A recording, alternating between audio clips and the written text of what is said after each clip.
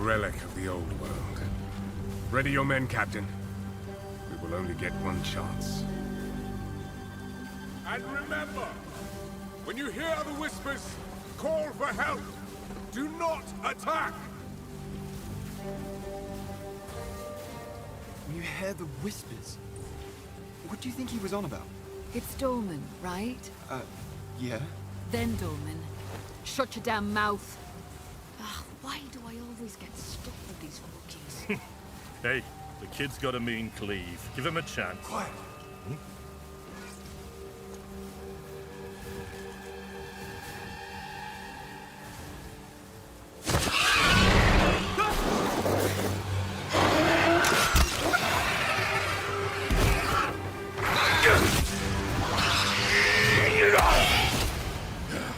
Sullen!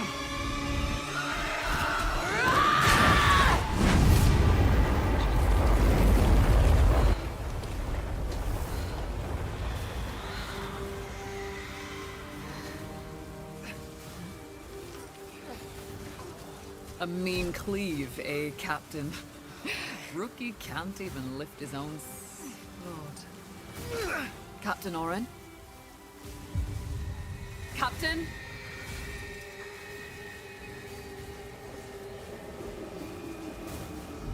It's here. Rain! Send the signal! What the fuck? Rain! On my back, Rookie! Blade up! Come on, come on! I'm ready! I'm ready!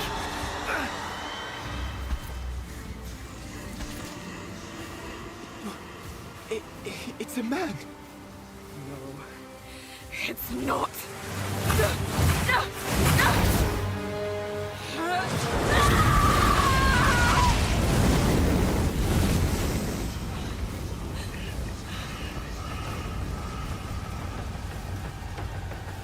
Run.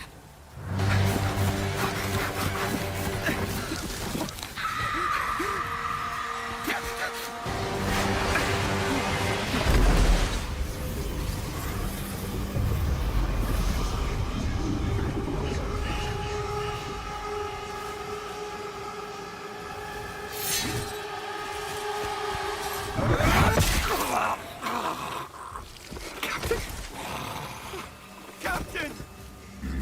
Captain! Why are you here? What is this?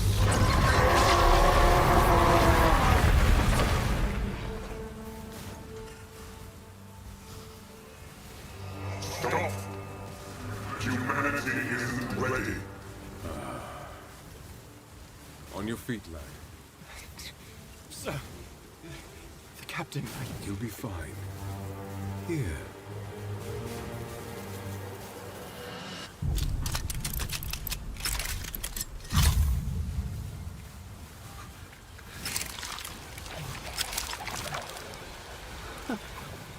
What is it?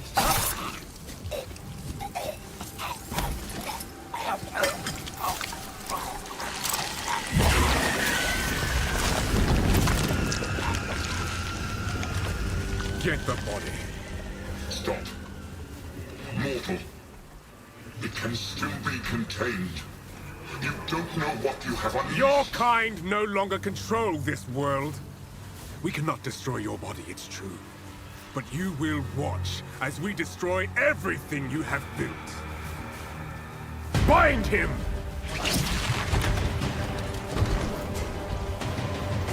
Feed. Grow, my child. I'll make sure you can eat your fill.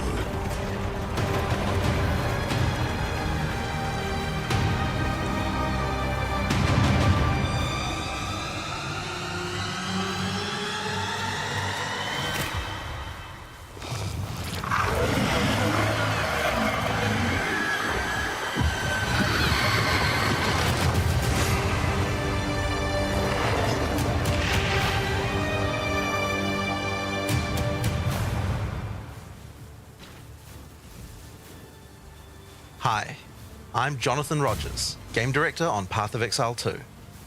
Now, Path of Exile 2 is going into early access in around 2 weeks on December the 6th.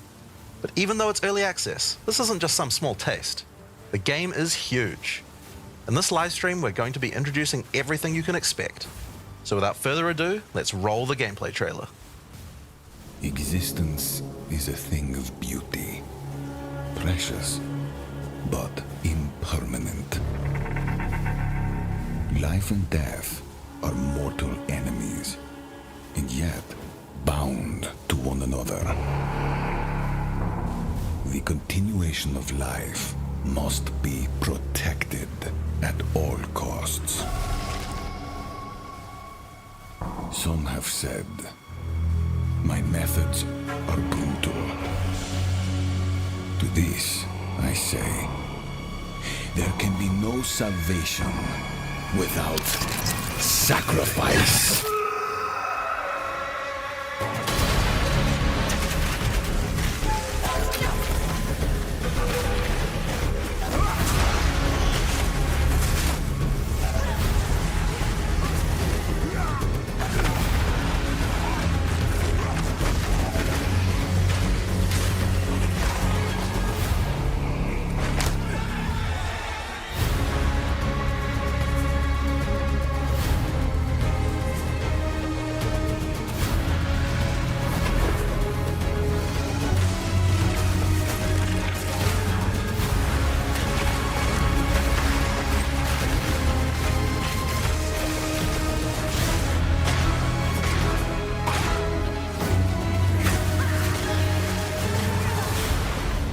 We are faced with the end, and I will do what I must.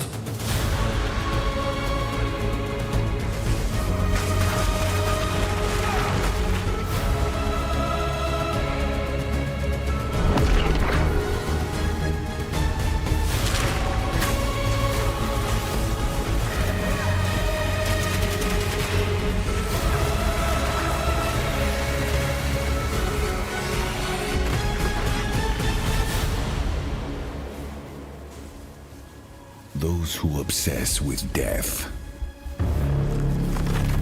let them soon be acquainted with it.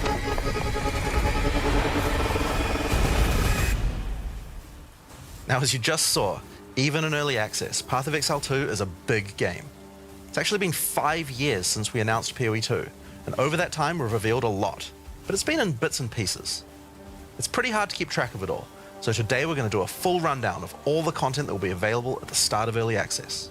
Classes, character progression systems, and for the first time, a full overview of the Endgame. This is going to be a big one, so get comfortable.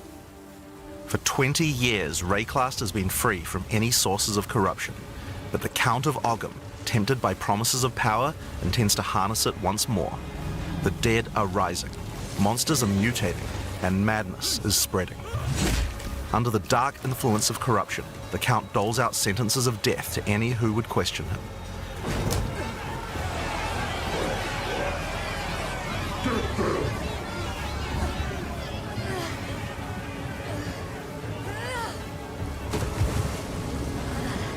And this is where you find yourself at the start of PoE 2.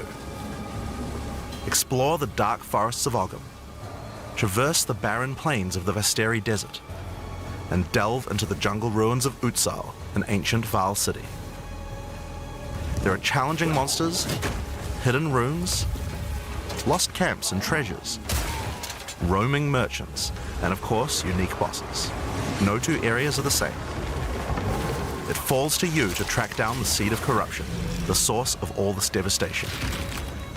On the way, you'll face fearsome monsters, meet strange characters, forge unlikely bonds, and uncover lost civilizations. But first, you'll need to pick a class. Now, early access will initially have 6 classes available. Let's have a look at them. The Monk is a fast and furious melee fighter. He dashes in and out of combat and has mechanics that involve building up and keeping momentum.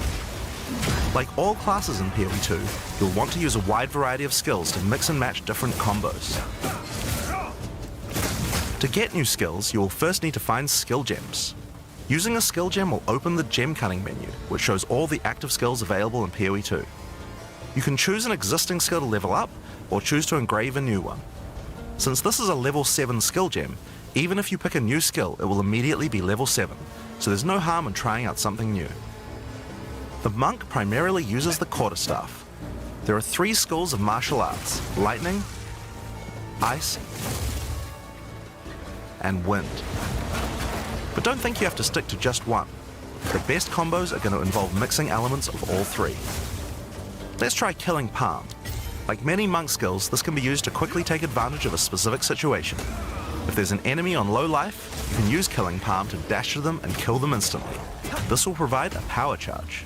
Then we could use a different skill to consume that power charge for a much more devastating attack. The monk also has powerful combo skills. Tempest Bell, for example, is a skill that places a giant resonating bell. Hitting the bell causes it to ring, dealing damage to all enemies around it. You can also do things like freeze or shock the bell, which will add elemental damage to the strikes. The monk also has a variety of abilities to empower his staff. If an enemy is close to being stunned, you can use Staggering Palm to punch them down. After that, any attack you do will shoot out wind projectiles. There are 21 active skills for quarterstaves, so this just scratches the surface of the options that you have. By endgame, you'll be dashing from pack to pack, spewing projectiles and obliterating screens of enemies with huge combo attacks. Now, if you like a style of melee that's a little slower but hits much harder, then the warrior is for you. He pounds the ground with big chunky attacks and can shrug off the hits of small enemies with large amounts of armor. Even though the mace slams are slow, you never lose control.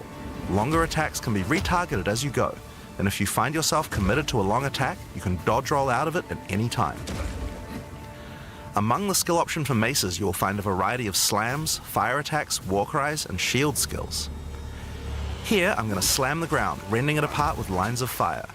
Any slam skill will then cause these fissures to erupt with lava. I can even run through them with a skill like Stampede to do huge amounts of damage. The warrior can also use war cries, which can empower your next skill. Seismic Cry, for example, will double any slams from your next attack. The Stampede counts as a slam, so I can double that for even more craziness. If you want to go a little faster and be a little more defensive, equip a shield. In PoE 2, you can raise your shield at any time to block all damage from the front, even spells. While holding up your shield, your stun meter will build as you take damage, so be careful. If it reaches 100%, your stance will break and you will be vulnerable. Some enemies also have unblockable attacks, which are indicated by this red flash. If you see one of these coming, make sure to dodge out of the way. Using a shield also gives you access to shield skills, like Shield Charge, which allows you to charge towards enemies and stun them. While charging, you're also blocking the whole time, so you have full damage immunity from the front. The warrior also has access to totems. Some totems have built-in abilities, like Shockwave Totem, which can be placed to stun nearby enemies and trigger aftershocks like those from the earthquake. But you can also get Ancestral Warrior Totems, which allow you to use any slam skill in your repertoire. This is a meta skill, which means that it's a skill you can put other skills into. I can take a slam like Sunder and socket it into my Ancestral Warrior Totem. Now when I summon him, he'll sit there and slam the monsters from a distance. There are 20 active skills for maces, so there's a lot more to try out. But by endgame, you're going to be dropping hammers from the sky, leaping fearlessly into combat, and separating the very earth you stand on. Time for some ranged attacks. The ranger is primarily about the bow, but we wanted to make sure that she feels agile as well. In PoE 2, you can shoot while moving. Combined with all the skills the ranger has that allow you to jump around, you will have a lot of mobility in combat. Bow skills have a variety of lightning, poison, ice, and physical attacks. Lightning attacks bounce around between targets. You can also stick lightning arrows in the ground which explode when hit by the bouncers, or electrocute enemies to take them out of combat. Ice attacks allow you to slow and freeze enemies to keep them away from you. Using poison, not only can you slowly damage your enemies from afar, but also grow some interesting plants. With 21 bow skills and all the mobility and combo tools the ranger has, you can take advantage of every situation. By endgame, you'll be creating hundreds of arrows, be they falling from the sky, bouncing around between enemies, or spraying out of tornadoes. You might have noticed in the bottom left of the screen that the flask slots look a little different. In PoE 2, you have one dedicated life flask slot and one mana flask slot. Flasks gain charges as you kill enemies, and typically allow you to heal 6 or 7 times if they're full. But that's not the only thing you can use charges for. Charms are a new item type that will automatically defend you from various debuffs or damage types. Having trouble with getting frozen? Equip a Thawing Charm. When it's fully charged, it will make you immune to freeze for 3 seconds if you get frozen. To recharge them, just kill more monsters. You can gain more slots for charms by upgrading your belt. The Mercenary wields a crossbow that can be loaded with different ammo types, offering versatility, power, and mobility. All classes in Path of Exile 2 can be controlled with WASD, which makes this class play exactly like a shooter. For the crossbow, you will find skills that work like shotguns, sniper rifles, assault rifles, and even grenade launchers. But not only that, there are a wide variety of more interesting elemental ammos too. It's very fast to switch between ammo types, so long as you already have them loaded, which makes the Mercenary able to combo abilities together for devastating effect. Use Glacial Bolt to create walls of ice to separate enemies, then switch to Fragmentation rounds to explode the ice, dealing massive AoE damage. If I come across an armored enemy, I could use armor-piercing rounds to break their armor, and then high-velocity rounds to take them down. Or perhaps I could fire a gas grenade to poison enemies before detonating the cloud with an explosive shot for massive damage. If you want to call in some suppressing fire, you can summon artillery ballistas. These have a minimum range, so you'll want to prepare your position carefully before moving in. There are 22 active skills for crossbows. By endgame, you'll be calling destruction down from the sky as you litter the battlefield with grenades and pepper your enemies with your automatic shotgun. If you're looking to take a backseat and let your minions do the work, then the Witch should be your choice. She can call forth hordes of undead monsters to fight for her, while casting powerful chaos spells that debilitate her enemies. Occult skills are some of the most varied in the game, with skeletons, noxious spells, specialty minions, curses, and sacrificial magic. Before we talk about minions, we'll have to talk about a new resource in Path of Exile 2 called Spirit. This is a Spirit Gem, which allows you to pick from a range of persistent skills. All classes have a variety of these skills which can add some very interesting effects, like Arctic Armor, which does cold damage to enemies that hit you, or Raging Spirits, which summon fiery skulls each time you cast a fire spell. For the Witch though, we'll want to be using our Spirit to create permanent minions. These minions will be revived automatically when they die, so you don't have to worry about resummoning them all the time. Here I'm using the skill screen to allocate which minions I would like in my horde. You can see the spirit cost of each one. Skeletal warriors are cheap but weak, useful for tanking damage and distracting enemies. But I want more heavy hitters in my army, so I'm going to unsummon some warriors and instead add skeletal arsonists. Permanent minions come with special active abilities called command skills. You can order these guys to detonate your own minions for even more damage and area of effect. If you want a bigger army, you'll need a scepter.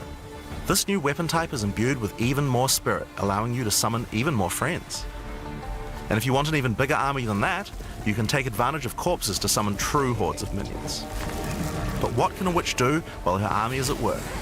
Well, she has a range of chaos spells to spread disease amongst your enemies, or bone skills to impale them. Or, you could curse them to make them weaker so your horde can take them down. There are 25 active occult skills. By the endgame, you'll be the leader of a fearsome army of the dead, consuming everything in its path.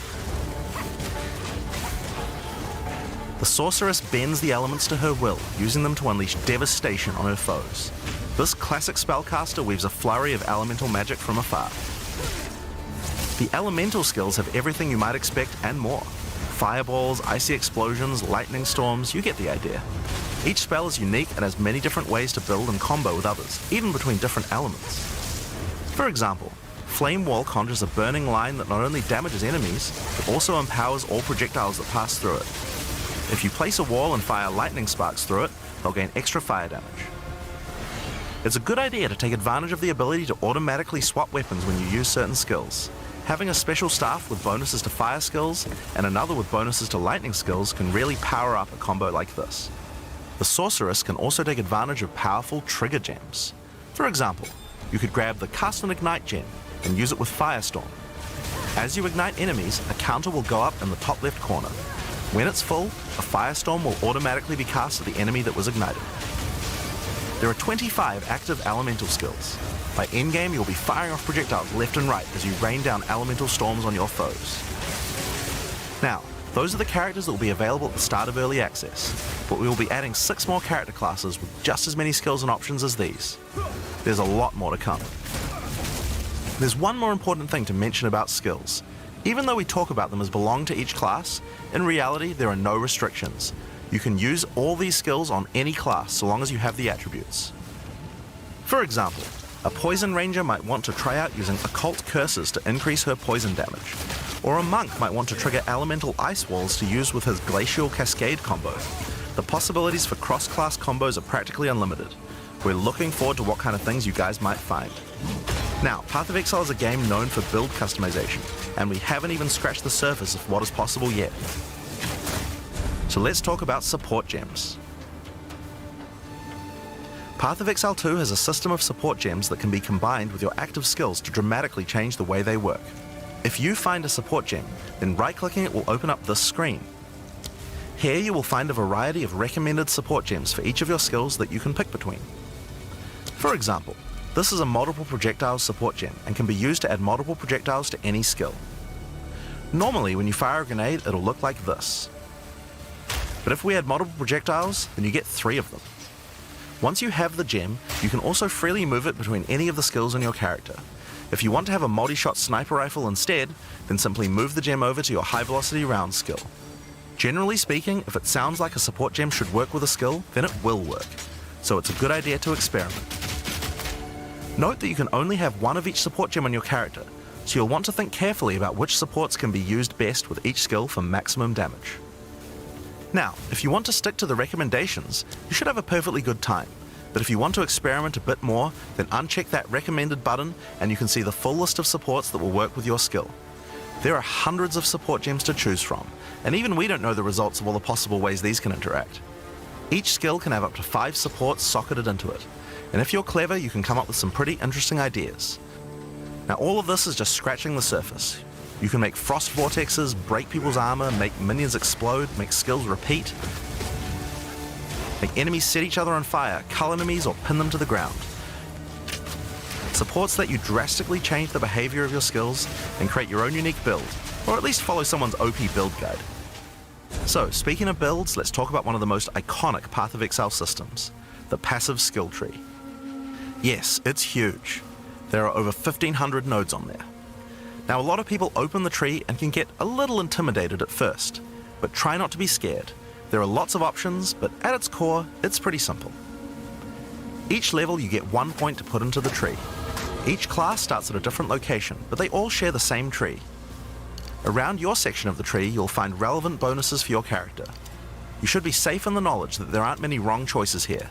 Almost all the starting nodes will be useful for your character in some way. But if you do happen to make a choice you regret, you'll be able to respec any nodes you've taken by spending a little bit of gold.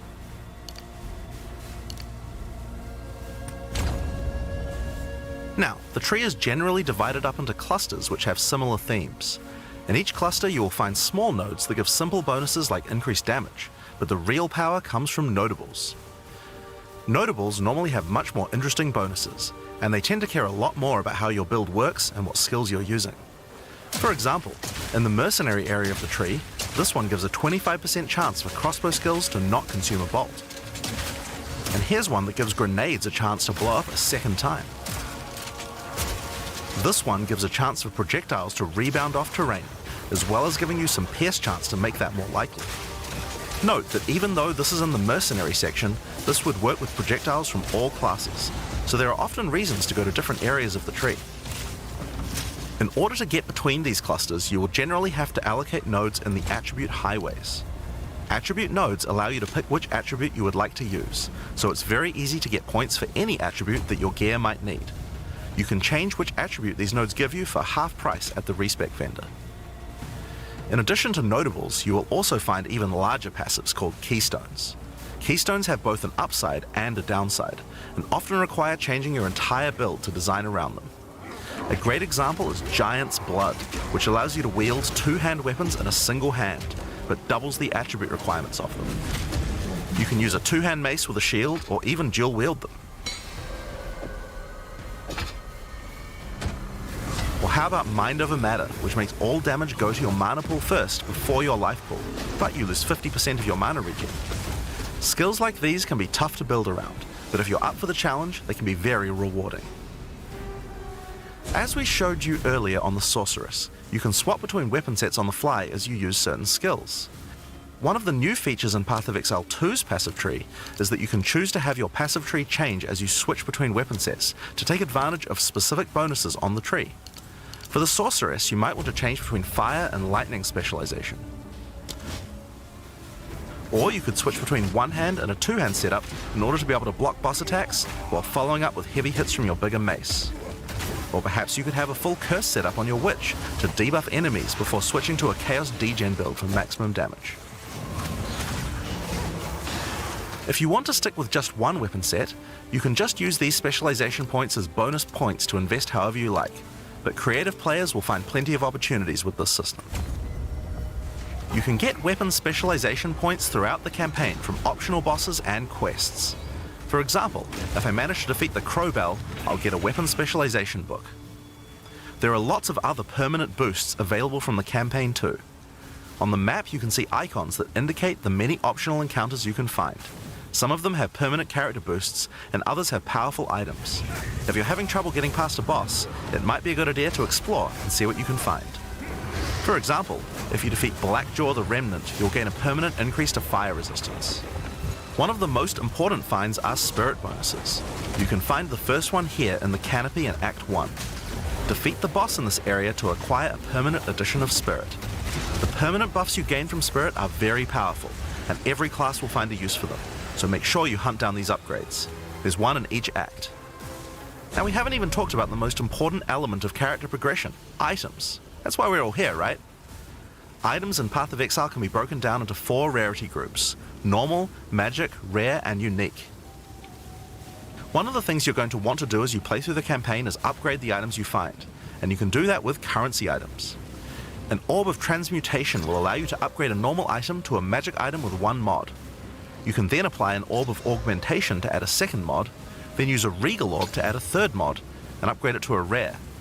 Finally, you can use some Exalted Orbs to add more mods to your rare to a total of 6 mods. One of the things we think is really important is to make these options available to use as you play. All the items that add mods are much more common than they were in Path of Exile 1, so that you can use them throughout your campaign playthrough. We want you to find things on the ground that can be crafted into upgrades much more frequently. As well as making the drop rates on these items much more common, you can also get them by disenchanting unwanted gear at the magic item vendor. If you disenchant magic items, you can build up to an Orb of Transmutation, and by disenchanting rares, you can build up to Regal Orbs. Another important area of crafting items in PoE 2 is sockets. Some items you find will have sockets that can have Ezomite runes placed in them that add more mods to the item. If I insert this glacial rune into my helmet, it will give extra cold resistance. This is a great way to solve problems that you have with your build, like resistances or damage. If you find socketed items that you don't have a use for, you can take them to the salvage bench in town to work towards an Artificer's Orb. This will allow you to add sockets to your existing items. Body armors and two-hand weapons can have up to 2 sockets, while the rest of your armor and one-hand weapons can only have 1 socket. You can also salvage items with quality to create items like armor scraps or whetstones. These will allow you to increase the quality of your items for an up to 20% boost. If you don't want to disenchant or salvage your items, you can always sell them for gold. Gold can be used to buy items from vendors, and we've tried to do a lot to make sure that the items they have for sale are actually useful. Every time you level up, they get more stock, so make sure to check back often. Other vendors offer a gamble. Pay a flat amount of gold and you'll get a random item of a specific type. This could be a great way to improve your gear, if you're lucky. Gold is also used to respec your passive skills. Take advantage of this system to experiment with your tree and rework it as required. The other thing you might want to use gold for is the currency exchange. This allows you to exchange currency items with other players on an open market, in exchange for a small gold fee. Now, all items in Path of Exile are freely tradable. We never bind anything to your character, except gold. Now, most gear in Path of Exile 2 is randomly generated, but there's another type that isn't: uniques. They are especially rare, each with a handcrafted set of unusual mods which can dramatically change a character's build. They're not just better rare items, they can do much stranger things that can fundamentally change your character. Corpse Wade will make any corpses you run through explode into clouds of poison. The Sands of Silk is a body armor that changes your dodge roll into a blink, morphing you into sand as you teleport past your foes. And of course, some uniques are just pure hits of dopamine, like Quill Rain, which just turns your bow attacks into full auto by doubling your attack speed. Each unique is something that you can build your character around. We try to make sure that most unique items have a potential use at endgame, even if you find them early on. And as you can see, every single unique item comes with custom art to match. The last character progression system that you can do during the campaign is Ascension. Starting in Act 2, you will come across Ascension trials, tests that you must complete to unlock your Ascension class. We'll explain these trials soon, but first let's take a look at what Ascending can do for your character. Each class has access to 3 Ascendancy classes, but at the start of Early Access, only 2 per class will be available. Ascendancy classes are unique to each character class, so choose wisely. They can drastically affect how you build your character. As a sorceress, you could become a Stormweaver, a master of the elements. Tempest Caller causes elemental storms to be summoned each time you do a critical hit with a spell. With Strike Twice, you can stack 2 copies of Shock for more damage, and going deeper into the tree, you can make all your damage types apply Shock. Make a Shock build from any skill. Alternatively, you could become a Chronomancer and command time itself. She literally has the ability to stop time with Time Freeze. Not only that, but she has many other time manipulation abilities. Using Temporal Rift, she can teleport back to a previous location, resetting her life and mana back to what it was. Or with Time Snap, she can reset all her cooldowns and cast all her spells again. On the Warrior, you can choose between the Warbringer or the Titan. The Warbringer channels the might of his ancestors to gain tremendous power. Using Answered Call, you can summon ancestral spirits linked to each of your totems. With Jade Heritage, you can encase your body in a protective layer that absorbs all damage until it breaks. Warcaller's Bellow allows you to explode the corpses of your enemies. And with Great Wolf's Howl, you can ignore the cooldowns of your war cries. Let all that anger out. The Titan class is all about hitting big. With Earthbreaker, every slam is a chance to create an aftershock. With Crushing Impacts, every hit becomes a crushing blow, which will allow you to stun your enemies with ease. With Surprising Strength, you can take advantage of stunned enemies to deal 40% more damage. As a ranger, you might choose to be a Deadeye, an expert markswoman who can take down foes with style. With Endless Munitions, every attack gains an extra projectile. With Gathering Winds, she gains a small increase to movement speed with every attack, but be careful, she loses them when getting hit. With Eagle Eyes, she will never miss, allowing you to stop wasting all those passive points on accuracy. Alternatively, you could become a Pathfinder, the master of flasks and poison. She can choose from one of several throwable concoctions, allowing her to spend her flask charges to throw explosive bottles that deal various types of damage. A bleeding concoction will make your enemies bleed, while a fulminating one can shock your enemies, allowing you to do extra damage. Contagious Contamination allows her to spread poisons between her foes, while Overwhelming Toxicity doubles the number of stacks they can be infected by. Running Assault allows her to move much more quickly while firing, while Relentless Pursuit makes her totally immune to being slowed by enemies. The Witch can ascend into the Infernalist or the Blood Mage. As an Infernalist, she can summon a loyal Hellhound companion. The Hellhound sets enemies on fire, as well as taking a percentage of the damage if the Infernalist gets hit. With Pyromantic Pact, you can turn your mana into Infernal Flame. As you cast more spells, the flame builds up, and if it overflows, you'll take damage. Using Bringer of Flame, you'll want to make sure you keep the flames topped up. While your Infernal Flame is above 30%, all damage from you and your minions will ignite enemies. She can also transform into a literal demon. While in demon form, she takes an increasing amount of damage, but her cast speed and damage increase rapidly as well.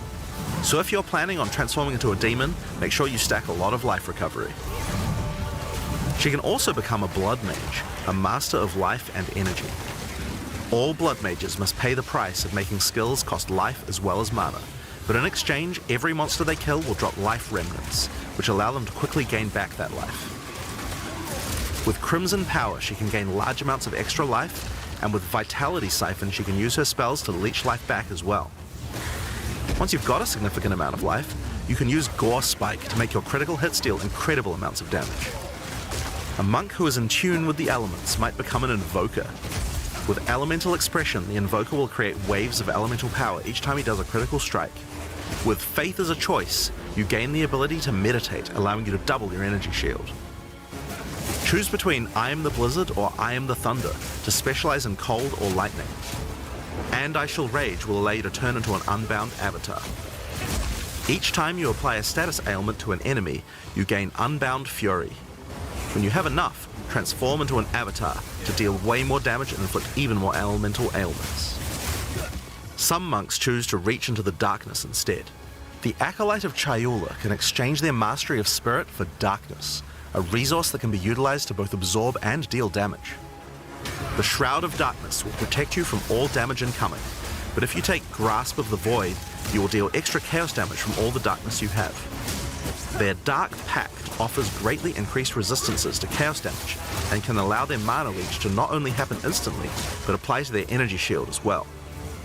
Another node you can take is Waking Dream, which allows you to see into the domain of the Breach Demons. There you will see the Flames of Chayula that can be taken to gain life, mana, and damage. The Mercenary has a job to do, but which job suits you? You might choose to become a Witch Hunter. Obsessive Rituals will give you a sorcery ward, allowing you to defend yourself against elemental hits in exchange for less defense against attacks. With Zealous Inquisition, your enemies have a 10% chance to explode on death. The chance is doubled against demons and undead. With Judge, Jury, and Executioner, your initial hit against enemies can deal up to 30% of their life and damage, if you're lucky. This is great for hunting powerful bosses. And with Witchbane, you can break your enemy's concentration, preventing them from casting spells as often as they would usually do. You could also choose to become a Gemling Legionnaire, enhancing your abilities by embedding gems directly in your flesh. Integrated Efficiency will give you extra skill slots. Thermatological Infusion gives you extra maximum resistances as you socket more and more support gems. Adaptive Capability allows you to use any color of gem without worrying about attributes, while Crystalline Potential adds extra quality bonuses to every gem socketed into your character. So those are the Ascendancy classes for the start of Early Access, but one thing we haven't talked about yet is how you ascend in the first place. Ascension in Path of Exile 2 requires completion of one of the Great Trials, which you'll find as you progress through the campaign. Each one is associated with one of the major cultures of Rayclast. Located in the Vasteri Plains are the Maraketh, a culture of rich tales and brutal traditions, who must do whatever it takes to survive in the desert. The highest position in Maraketh culture is a Sekima, and it is not a title given freely. All aspirants must complete the Trial of the Sekimas, a grueling gauntlet that will test their strength, will, cunning, and patience. To enter, a warrior of the Maraketh must prove their worth by trapping the soul of a djinn in a coin, and you are no different. Once you have earned your coin, it may be placed on the relic altar to begin the trial.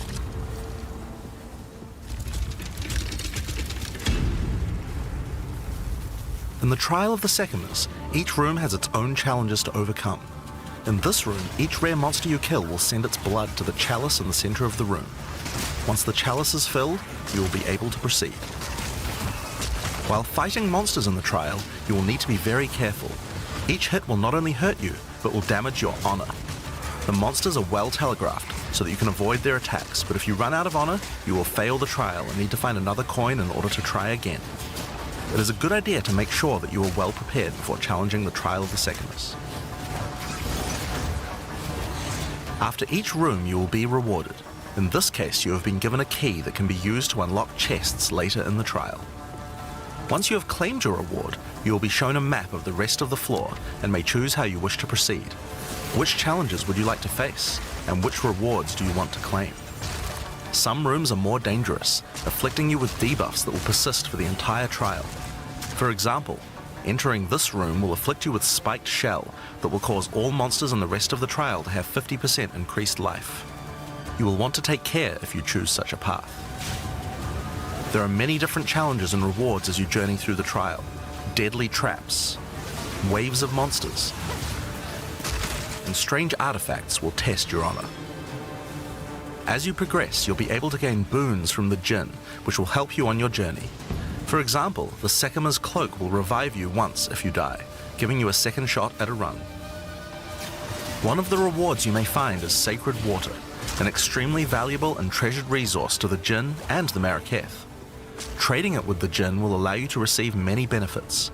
You can recover honor, gain additional boons, or remove afflictions. At the end of the floor, you'll find a powerful boss which will truly test your limitations. In order to ascend, you will need to defeat him.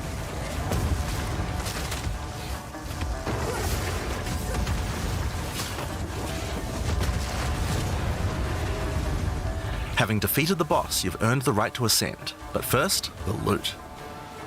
The keys you have found may be used to open the various treasures in the vault at the end of the floor. We only have a single bronze key, so we'll just have to open one of these small chests. If you want to open the better ones, you'll need silver or gold keys. Let's use the Altar of Ascendancy. Your first ascension will allow you to pick your class and grant you 2 points to use in the tree. Now there are more floors and many more rewards that can be found within the Trial of the Sekimas, but we'll save that for the section on the endgame. For now, let's talk about the second Ascendancy trial, the Trial of Chaos. In Path of Exile 2, you can choose whichever trial you like to earn your ascension. Each culture on Rayclast had their own methods to ascend. If the Trial of the Sekimas is not your kind of playstyle, or you're finding it too difficult, you could try another. You can gain all your ascension points from just one, or mix and match them. It's up to you. For early access, we will have 2 trials as options, with a 3rd trial coming later for the full release. While exploring the Vaal jungle, you'll discover the Temple of Chaos. Before the Vaal embraced the science of corruption, their civilization worshipped chaos. This ancient trial was once used by the Vaal to test their high priests. A high priest of the Vaal must show willingness to risk everything to gain power. Entry to the trial requires a token from a strange entity known only as the Trial Master. For those in which he sees potential, he shall inscribe an ultimatum. Many have attempted these trials in search of greatness. Most have perished. Will you be able to defy the odds? Before you begin each chamber, the Trial Master will offer you a reward and a choice. Choose one of 3 tribulations to affect you through the rest of the trial. These modifiers might beef up the monsters, curse the player, or add environmental hazards like turrets or trap runes. In this case, we'll be picking shocking turrets. As you enter the room, the Trial Master will fill it with hazards to test your commitment. In this case, you must destroy all the monsters that fill the room, while dealing with the lightning projectiles from the shocking turrets.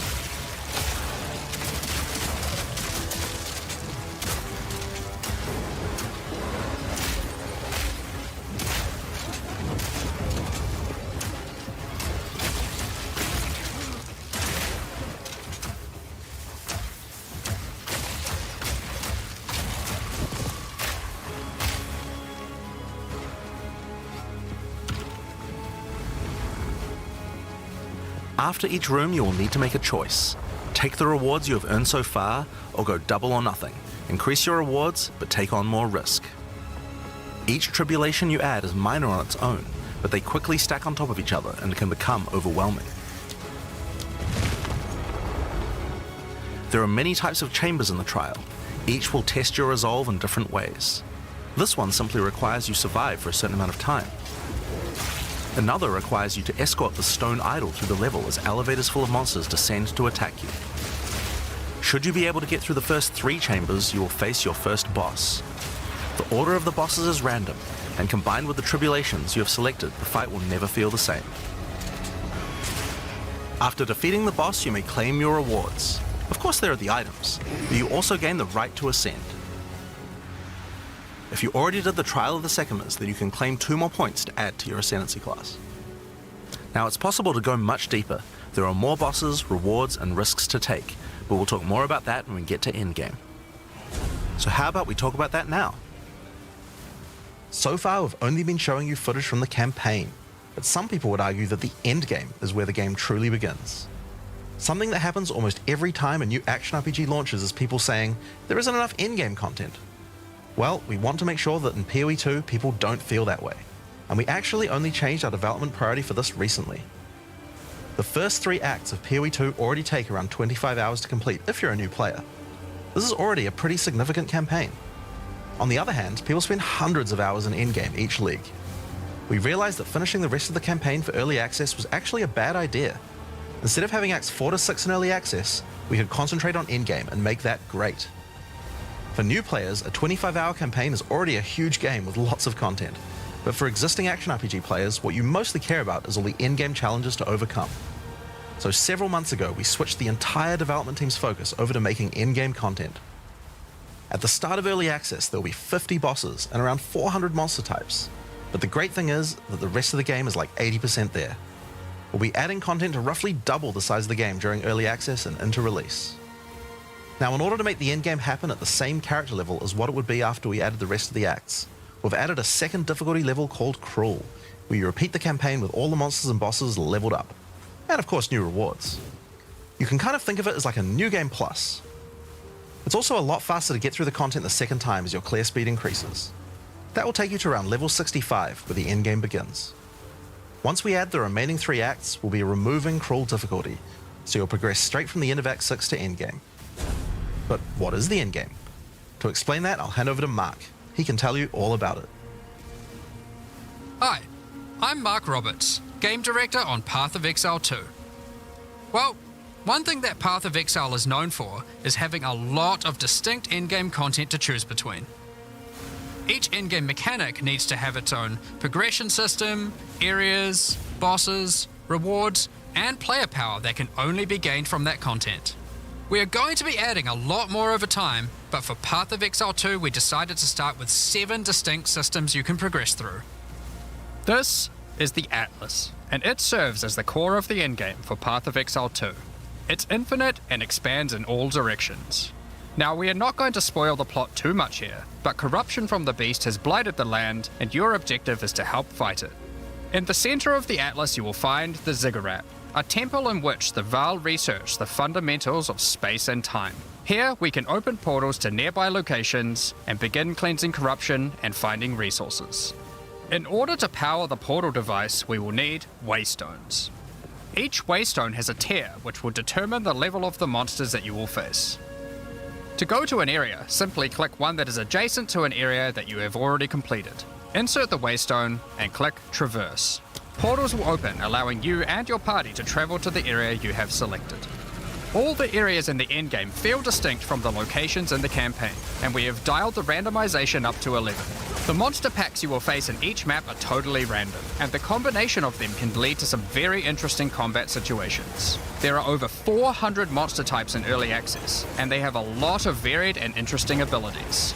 Depending on which combinations you face, you might find some serious challenges. In order to cleanse the corruption from the area, you will need to defeat all the powerful rare and unique enemies in it. Once you have done that, the area will be marked as completed and you will be able to travel past it to progress deeper into the world. If you die, then the map can no longer be run, and you will have to find another way around to get to the areas behind it.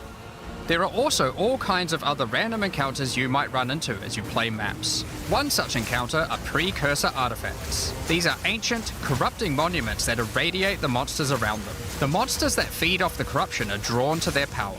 If you defeat the monsters and cleanse the artifact, you will get a powerful temporary buff. Some of the buffs make you faster, others rain lightning or fire around you, and some even give you increased experience or help you find better items. You can also find strong boxes. These enigmatic chests guard piles of treasure, but are always a trap. Monsters lie in wait to attack you the moment you open it, and the boxes often have mechanisms to unleash powerful spells or dangerous debuffs. There are different types of strong boxes containing different items, and you can even use your currency items to craft them on the fly, so you can optimize the contents. But be careful of opening one you can't handle.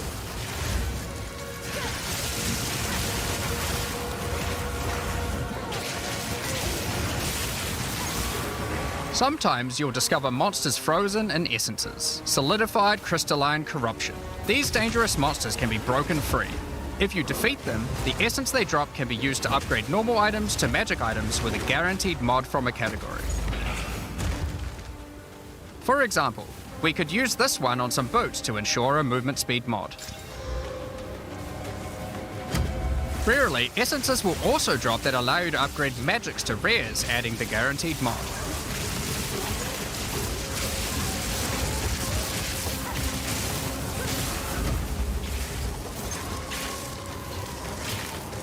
This is incredibly powerful since it allows you to get a second deterministic mod in your crafting projects. Combining these with the currencies that are commonly found in Rayclast for modifying items, and we can get a very nice pair of boots indeed. Waystones, like all items, can also be crafted using your currency items. Adding prefix mods will improve the rewards, while suffix mods increase danger. The more dangerous a map is, the more waystones will drop. Adding mods to your waystones is key to progressing to higher tiers and sustaining them, but it will require you to take on larger challenges. There are a variety of factors you'll have to consider when crafting your waystones. Some maps will have higher density, some lower, some have more magic and rare chests, or monsters, some are more linear and others more open. Make sure you explore and think about what makes certain maps good if you want to maximize your returns.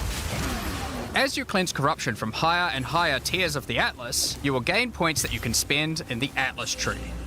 This tree allows you to juice the danger and rewards of all areas in the endgame. You could increase the number of monsters, the number of rares, the number of precursor artifacts or strongboxes, even the quantity of item drops.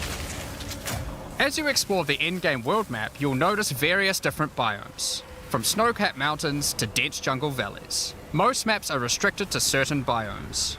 As you continue to explore deeper into the Atlas, there are all sorts of things to discover.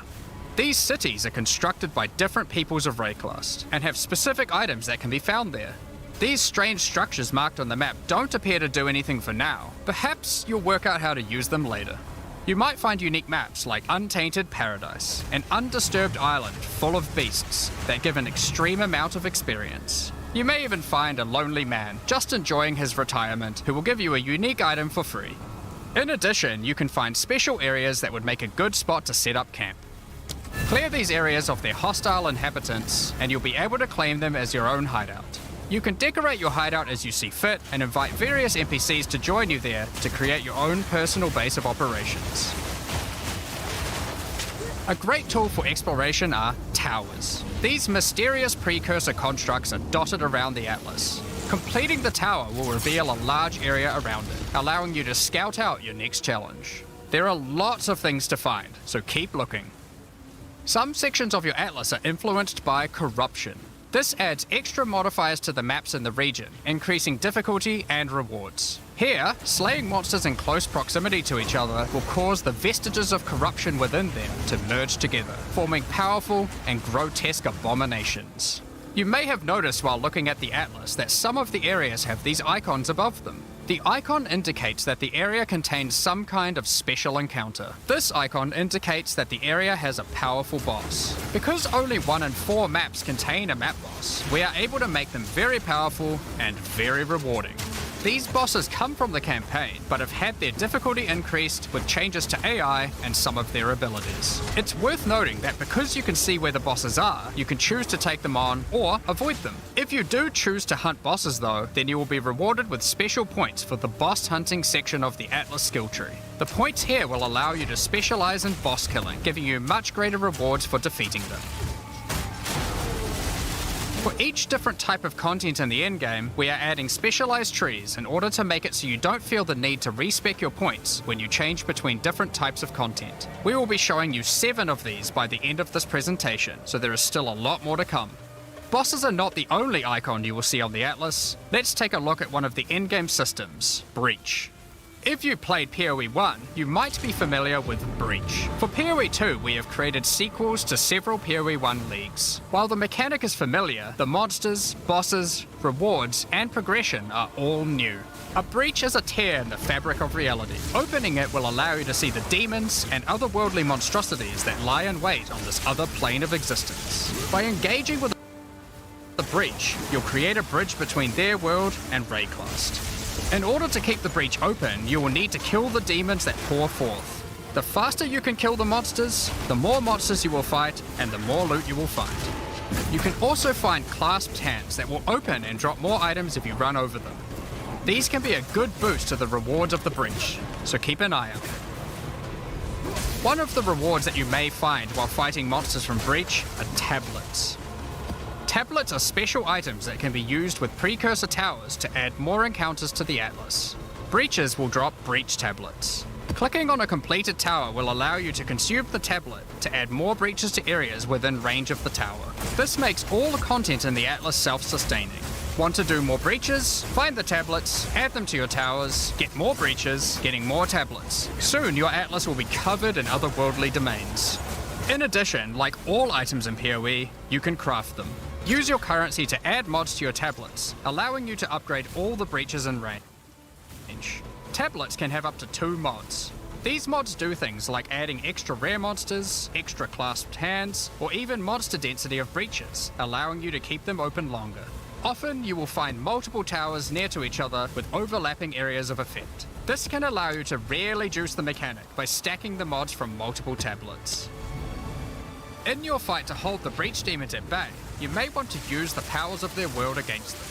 Each endgame mechanic always has player power that can only be gained from that mechanic, and Breach is no different. In Breach you will find catalysts, items that can increase the quality of rings and amulets by improving specific mods. You can also find Breach Rings, a special base type that can have its quality improved by catalysts up to 50%. In this case, you could create a ring with around 170 life. Breach Rings can become some of the strongest rings in the game, giving you some good motivation to face the demon hordes. In addition, each endgame mechanic needs to have a pinnacle endgame encounter. While killing Breach monsters, you may find Breach Splinters. Collect enough of these and you'll be able to create a Breach Stone. Using a Vaal technology called the Realm Gate, you can use your Breach Stone to access their domain and bring the fight to them. In this twisted domain, you will find nothing but a single massive breach. Triggering it will reveal hordes of breach inhabitants.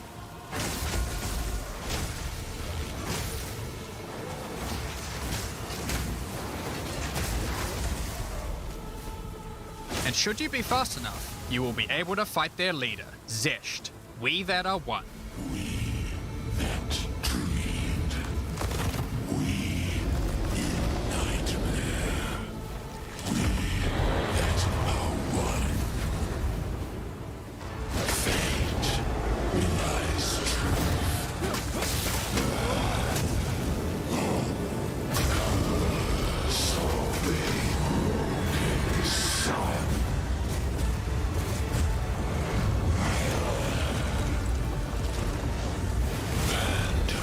This is just one of the pinnacle encounters of PoE 2. We won't be showing the rest of them, so you will have to discover them for yourself.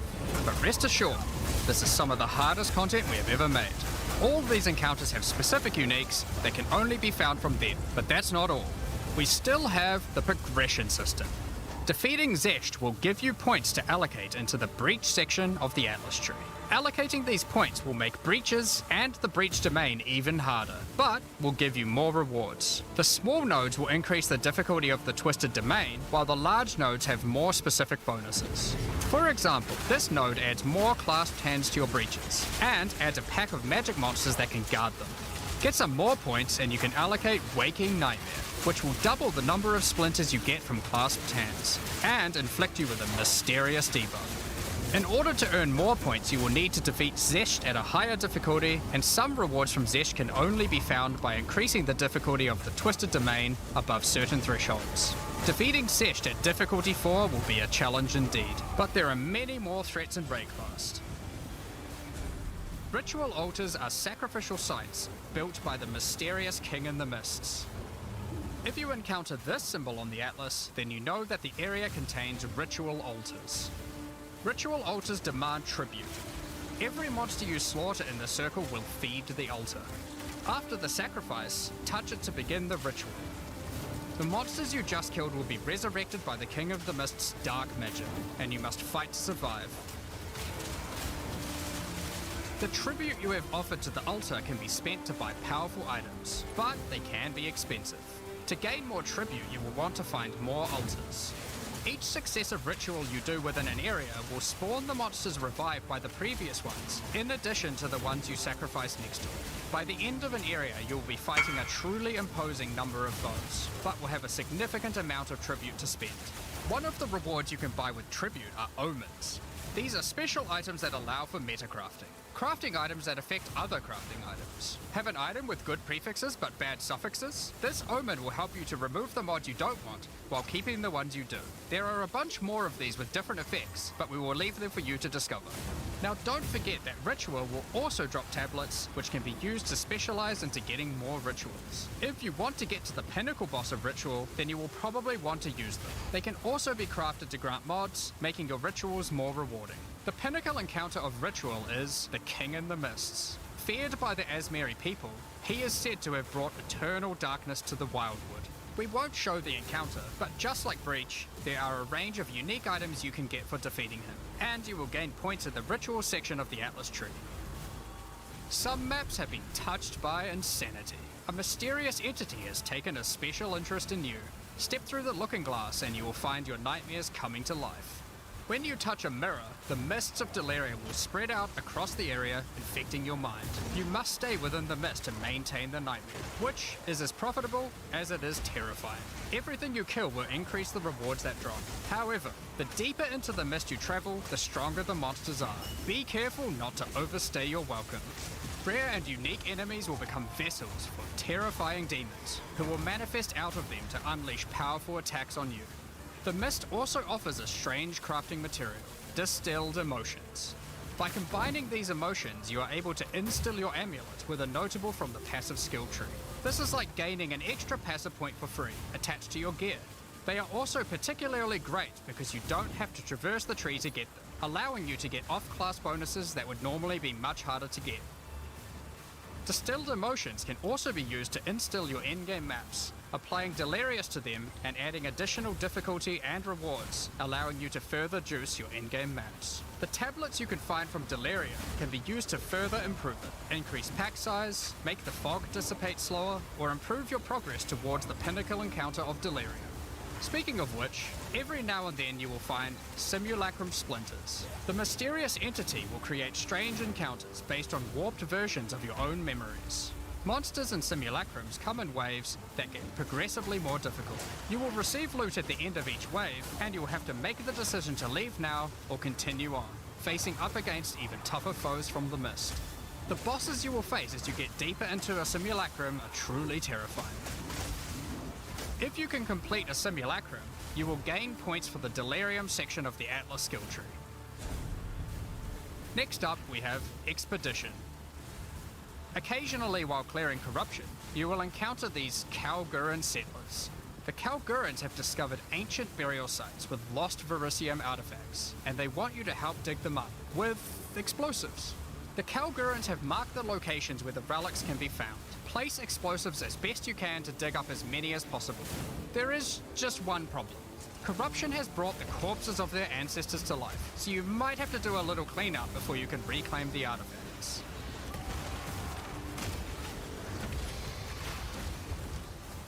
You can also find remnants, the destruction of which will further anger the restless dead. Each one you blow up will make the subsequent monsters more powerful, but also more rewarding. Danig, Rog, Tujin, and Gwenin will exchange the artifacts for useful items and runic magic.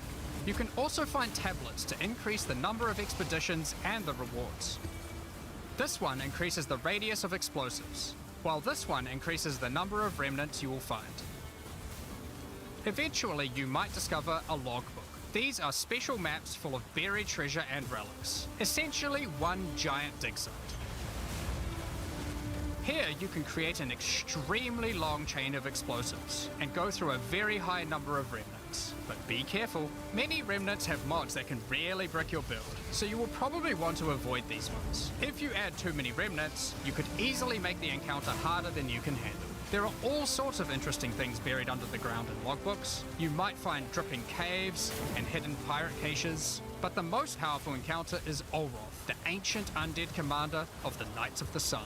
Defeating him will grant you unique rewards, as well as points to spend in the expedition section of the Atlas tree.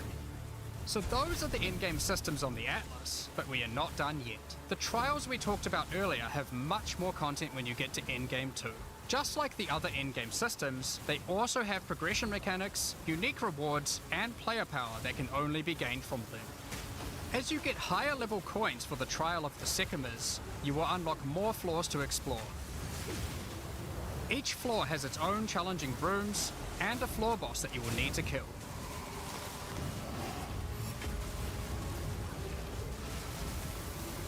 There are 4 floors in total, leading to another pinnacle boss at the end of the last floor, which can only be accessed at Endgame. The Trial of the Sekimas is where you'll find jewels, which you can socket into your tree.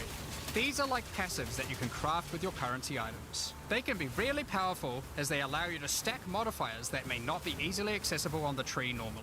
This jewel gives lightning damage and shock chance, for example. There are quite a few jewel sockets on the tree, so it's possible to gain a lot of power here. There are also other types of jewels that don't provide any bonuses themselves, but affect other passives surrounding them. This jewel increases the effect of small nodes and radius by 25%. With careful placement in the tree, you could get a significant amount of power from it. There are also unique jewels available with very interesting effects, but you will have to find those for yourself. In order to push further into the trial and uncover the secrets of the Marikev, you will want to take advantage of its progression system, relics. Relics are items that can be placed in the relic altar as you start the trial. They give special bonuses that affect the trial, making it easier and increasing its rewards. Of course, you can craft these with your currency items, making them even stronger. If you can complete the entire trial overcoming all 4 floors, the final boss will reward you with one of many unique relics. These relics will be consumed when used on your next run, but can reward you with unique and powerful items. For example, this is the Last Flame. If you use it, you will have only 1 honor for the entire trial, so you will need to do a completely hitless run. The Trial of Chaos also extends into the endgame. As you gain inscribed ultimatums of higher and higher levels, the number of chambers that you can go through increases. In true Val style, this allows you to take even more risks for even more rewards. At endgame, you can progress through up to 10 chambers with 3 bosses on a single run. Stacking 10 tribulations on top of each other will make this a significant challenge, but it's worth it. The Trial Master will tempt you with items of the Val Empire, such as Val Orbs. Val Orbs are powerful crafting items that corrupt your gear with random, mysterious outcomes. Corruption prevents an item from being modified further, so it has to be the last step of your craft, but it's also the most impactful one. For example, if you use one on your body armor, it might add a new powerful enchantment, or it might re-roll up to half of its modifiers. Val Orbs also have the ability to add a socket, allowing you to bypass the normal restriction of how many sockets an item can have. A body armor could get up to 3 sockets this way, allowing for a significant number of mods. Val Orbs can even modify uniques. Adding enchantments or sockets to uniques can make them incredibly powerful, but there is a good chance that you will break them as well. The Trial Master will also occasionally offer you soul cores. Originally formed by Chaos, the Val sought to replicate soul cores through human sacrifice rituals and blood magic to power their civilization. Soul cores are powerful socketable items, with mods that cannot be obtained from regular runes. Like all endgame content, there is of course a pinnacle boss. The final chamber will drop keys to this mysterious door. Some say this is where the Trial Master himself resides. Perhaps you are willing to take the risk to find out. Had enough yet? Because there is still just one more thing. The most difficult content in Path of Exile 2.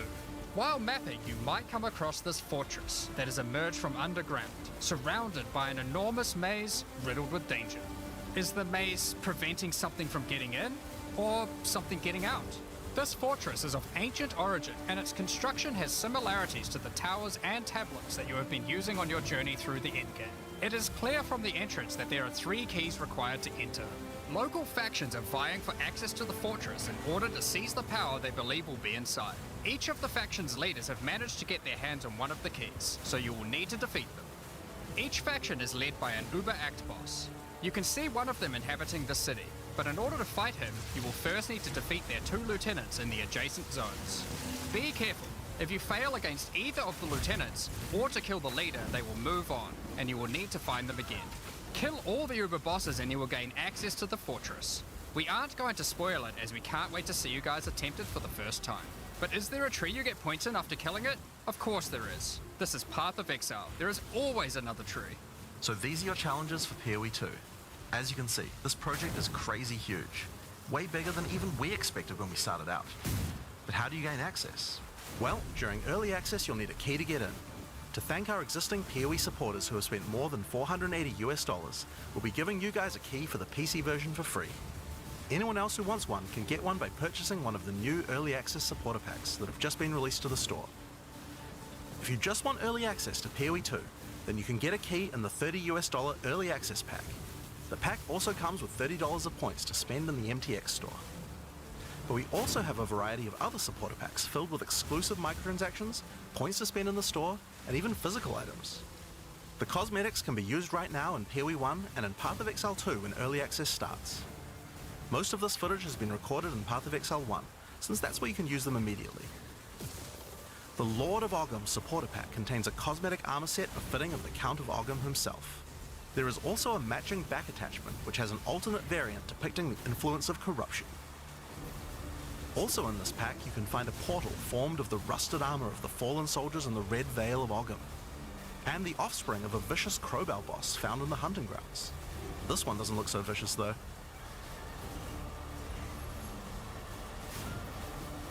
On top of that, you'll receive the Iron Count's Zweihander to apply to your one-handed or two-handed swords. For those who are wanting to decorate your hideouts with fond memories and tales of Path of Exile's history, you will also get a series of hideout statues. This pack contains the statue of Hillock.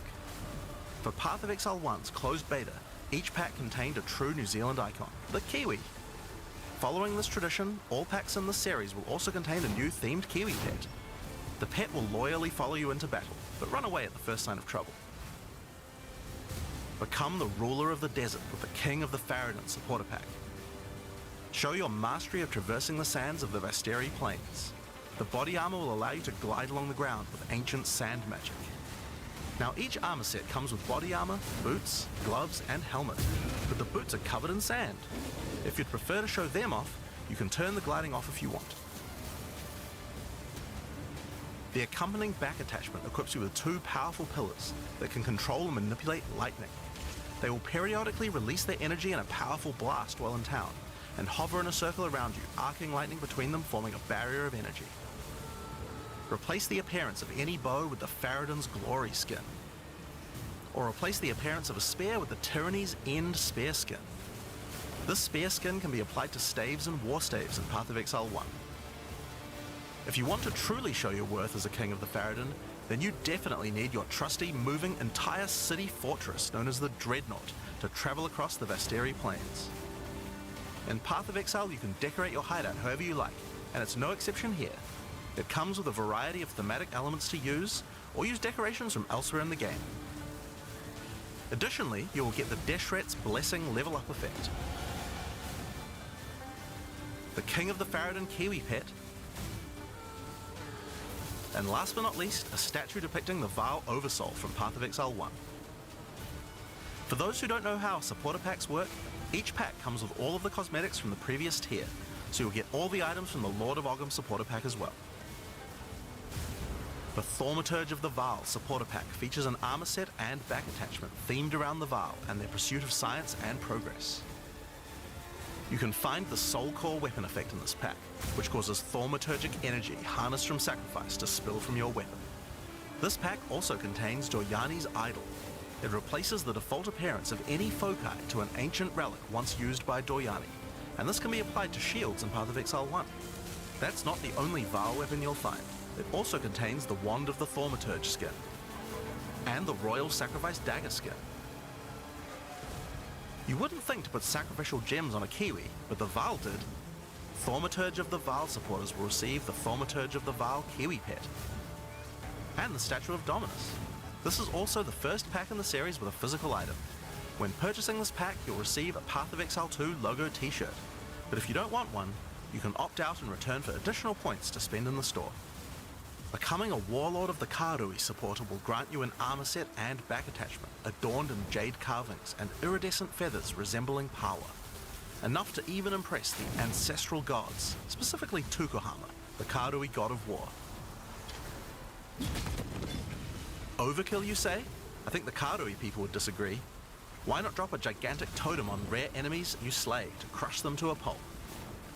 Replace your crafting bench in your hideout with the Ancestral Canoe crafting bench, where Ancestral Chief Mata will summon a giant canoe manned by Karui warriors to aid in your crafting desires. We must all start somewhere. You'll also get a pair of weapon skins. Equip Akoya's Felling Axe skin to your one-hand or two-handed axes, or Tukohama's Crusher to your one-handed or two-handed maces. A true Karui warlord is always accompanied by their trusty Kiwi. Equipped with armor and harnessing ancestral magic, they make the perfect sidekick. Once one of the most feared beings in Rayclast, Malachi was slain by a powerful exile. May the statue commemorate the virtue of Exile's past, present, and of the future. Of course, it's not all about dressing up in game. You'll want to look good in real life too. By becoming a Warlord of the Karui supporter, you'll also get a Path of Exile 2 hoodie. Our final tier of supporter pack in this series is the Liberator of Rayclast supporter pack. The Liberator of Rayclast armor set and back attachment come made with the finest materials in Rayclast, and shattered glass mosaics suspended in divine power. Set up your base of operations in the Beacon of Salvation hideout. Why restrict yourself to just one island when you can liberate more? The Beacon of Salvation hideout comes equipped with your own collection of small islands and personal operators of boats that you can use to row between them.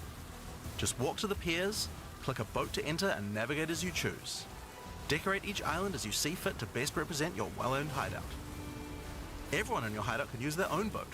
Why not have some races? You can also get the Window to Twilight portal effect, a beautiful mosaic piece of art that shatters and reveals a gateway to your desired destination as you approach it. As you walk away, the glass magically reforms back to its original form. Rule and Style, the Throne of the Ruler map device. Sure, this map device can create portals to in-game maps, but it also comes with a throne you can sit on to oversee your growing kingdom. Look down on the plebeians running your maps. Being the Liberator, though, is not just about sitting on your throne all day. If you do decide to join the fight yourself, you can leave a High Priest in charge as your second in command. Liberator of Rayclast supporters will also get a set of varied weapon skins. The Light of Divinity Scepter skin, the Deliverance Crossbow skin, the Justice Flail skin, and the Redemption Shield skin. Once again, you'll have an accompanying Kiwi, and of course a statue depicting one of the most iconic events in Rayclast's history, the battle between a powerful exile and Kitava, the Insatiable. With the help of two deities, Sin and Innocence, the exile was able to defeat him once and for all. This supporter pack also contains the Path of Exile 2 art book. This 215-page full-color art book includes a huge amount of amazing concept art and lore produced during the long and exciting journey of Path of Exile 2's development. And finally, Path of Exile has a tradition of letting the community participate in designing game features. For Path of Exile 2, we'll be adding the Twilight Order Foil Reliquary. By becoming a Liberator of Rayclast supporter, once Path of Exile 2 is released, you'll be able to select any unique item you have found and be able to drop it from the Reliquary. Once players have submitted their items, keys to the Reliquary will start dropping, and other players will be able to find foil versions of uniques that you have submitted, along with a message for the lucky player.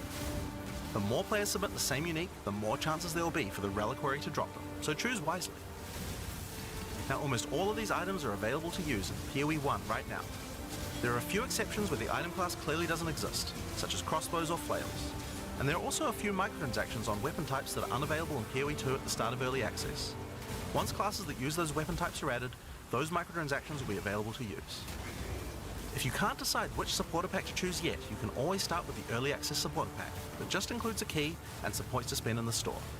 Then you can upgrade to any of the following tiers at a later date. These supporter packs will be available for purchase throughout early access. We'd really like to thank you for your ongoing support. Without you guys, Path of Exile 2 could not have happened. Now, I'm sure you guys have a lot of questions. Stick around, because coming up next, we have a live Q&A with Ziggy D.